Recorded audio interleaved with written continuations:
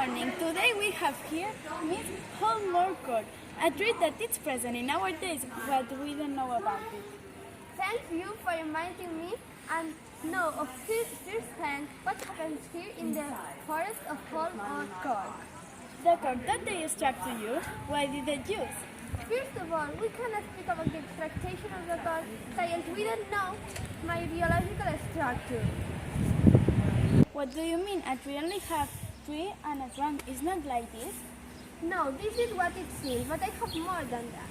You can look this is the root, and the cork is under, and in the middle there is a trunk. I have this peculiarity that I always have. And this part of here is not the cork for doing cuts? No, this is the root that they prefer for doing agglomerates. The cork is under.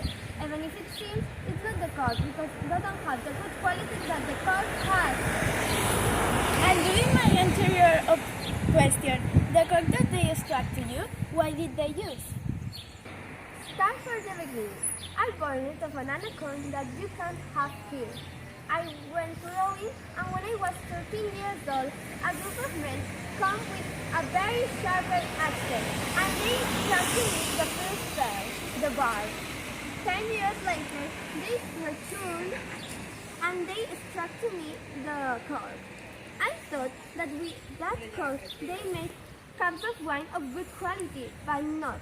It was 10 years later that they made cups of wine of my cork, and then they continued doing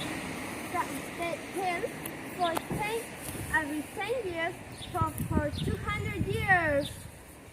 And all the cork is the same if it is in a different territory? No, not all the cork is the same. Depending on the territory it comes from, her properties will be different.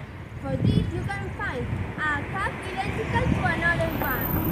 If you want to know my years, you have to count the rings in my interior. But not now because I have more to live. Thanks, Miss Hallmark. You help us a lot. Oh, welcome. I have fun because I cannot speak with other trees of the town. It's true, tree?